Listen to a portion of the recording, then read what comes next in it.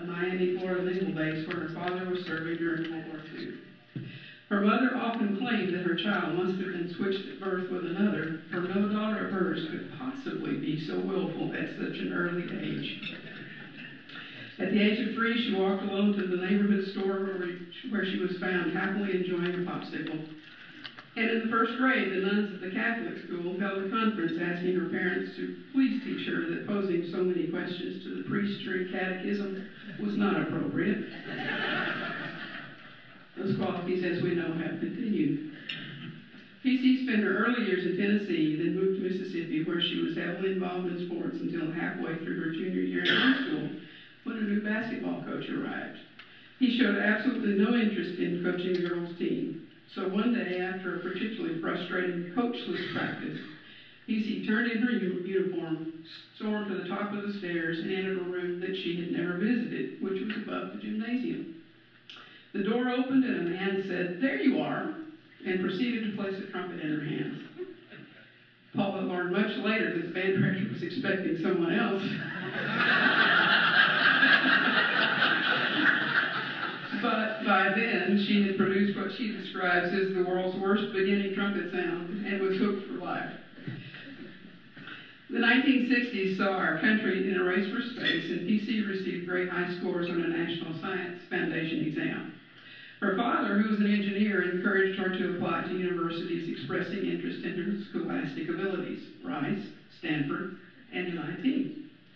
However, none of these prestigious schools had good bands, so she enrolled at the University of Southern Mississippi, where a young director named Bill Moody was well on his way to creating a legendary band program. Having played her instrument for less than 2 years, Paula didn't even consider majoring in music and instead enrolled as an English literature major, with a minor in physics.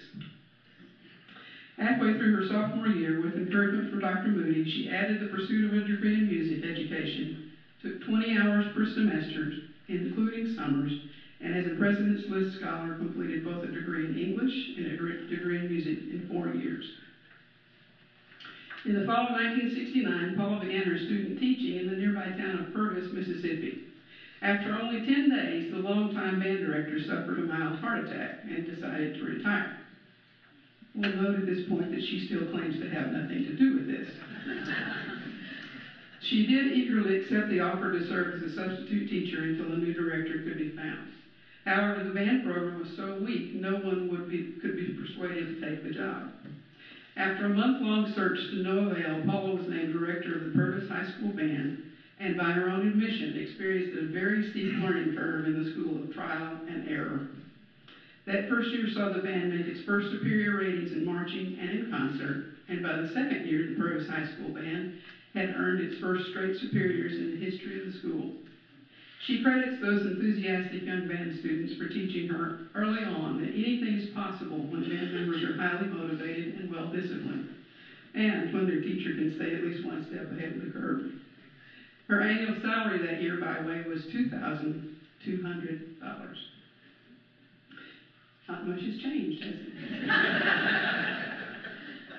Knowing she needed to continue her education if she were to continue to grow, PC began work on her master's degree at the University of Texas, where Bill Moody had moved to serve as director of bands. Fate once again intervened when she was offered a middle school band position in an impoverished school in Austin. The music supervisor was so desperate to find a band director, he offered to arrange the band classes around her graduate schedule. She taught at Allen Junior High for 2 years while completing her master's degree and raised the band's performance to first division status.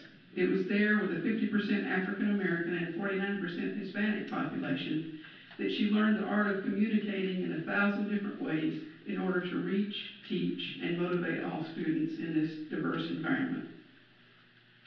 At the time, the music supervisor in Austin was a man named Weldon Covington, whose wife was one of the best middle school teachers in the state.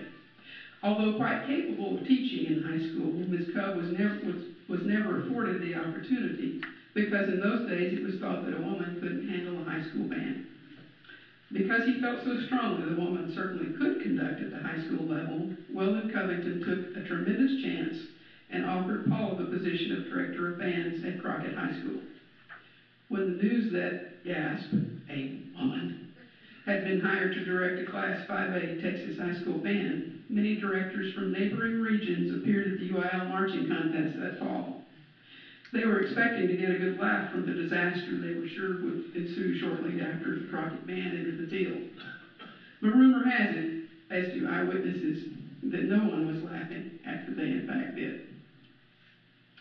During her 12 years at Crockett, the band went on to capture 2 back-to-back state marching band titles, was invited to perform at national conventions, consistently placed high numbers in the All-State Band and Orchestra, and enjoyed 12 years of UIL Sweepstakes Awards for excellence in marching, concert, and sight reading.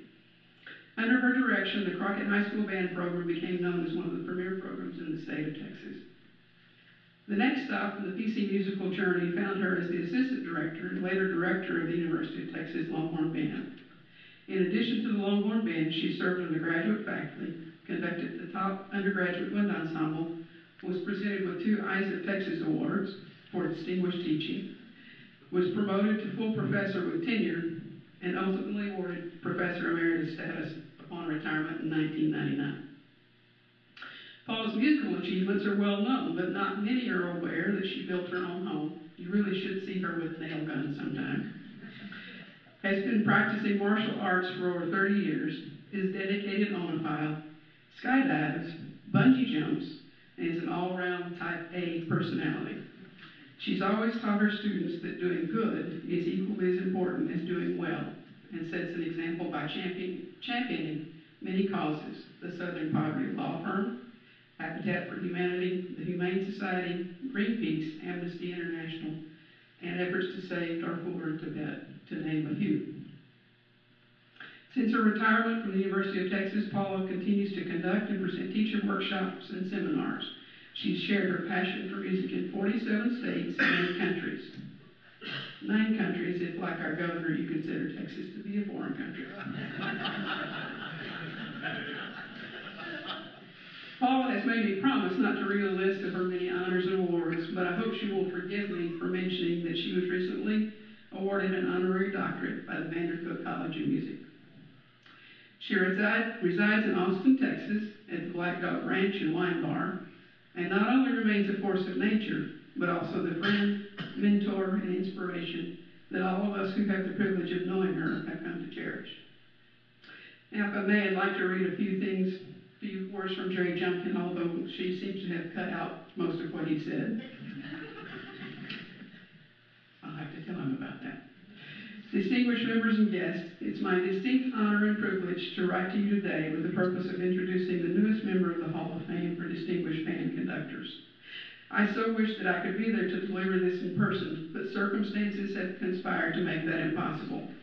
I'm especially disappointed not to be able to see her flinch at people saying nice things about her. It is a pleasure to offer only the most favorable remarks, for this esteemed colleague has always impressed me as one of the nation's outstanding band conductors and musicians in general.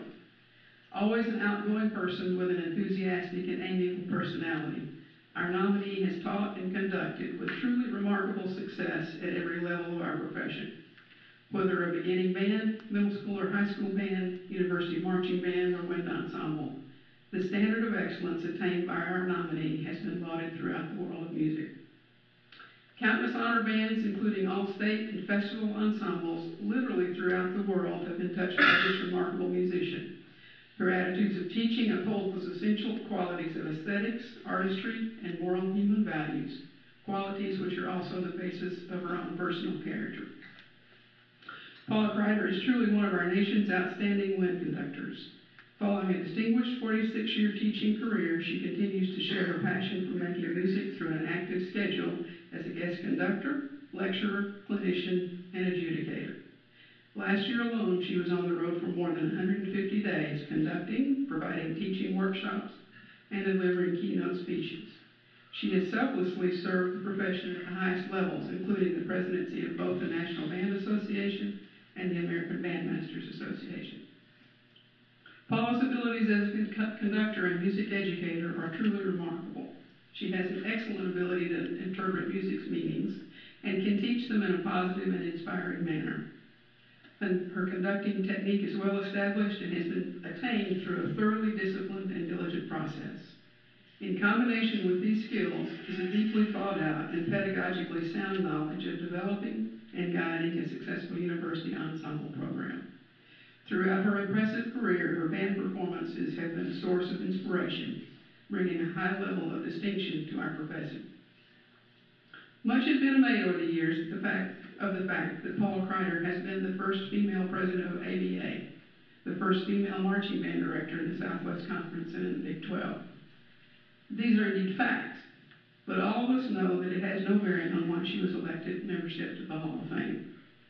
Her election to the Hall of Fame should only confirm for us that we should take this opportunity to reaffirm our mission to honor the most outstanding members of our profession, regardless of gender, ethnicity, or anything else that has nothing to do with the quality of a person's musicianship and their life's work.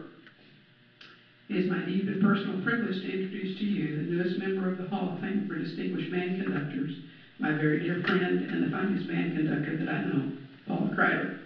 Most sincerely, Jerry F. Junkin, Director of Bands, University of Texas.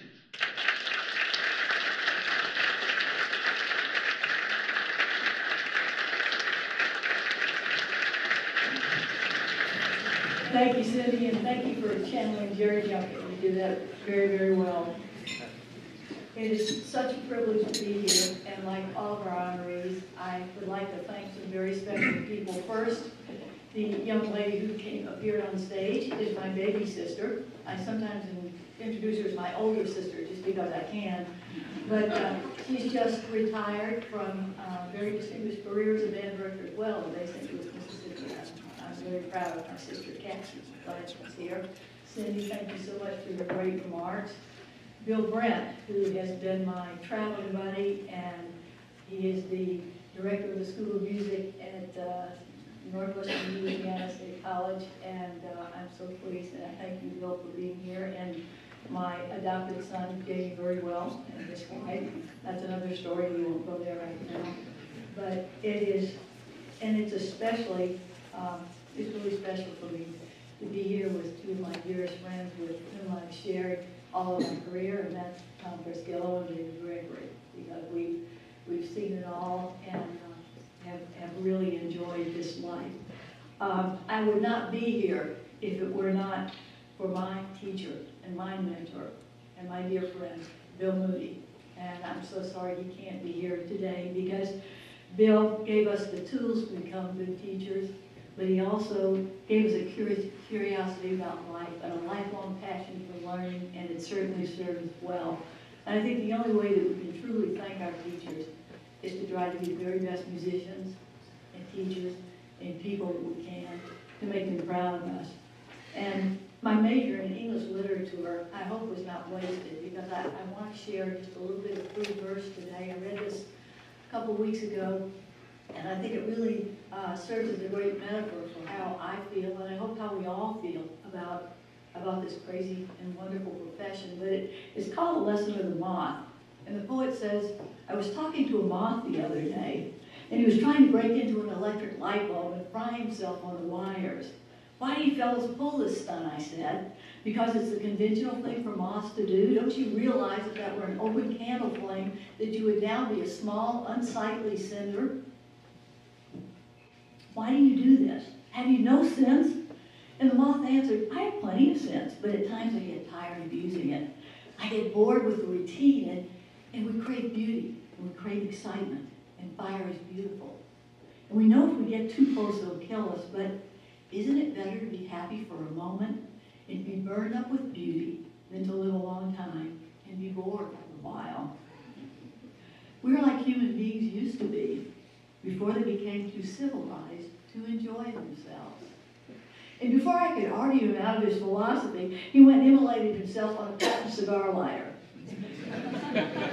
And then the poet says, now, I don't agree with it myself. I'd rather have half the happiness and twice the longevity. But at the same time, I wish there were at least one thing in my life that I wanted as much as that moth wanted to fry himself. And I wanted to share this because every time I read it, I'm reminded about how we are so moth-like as musicians.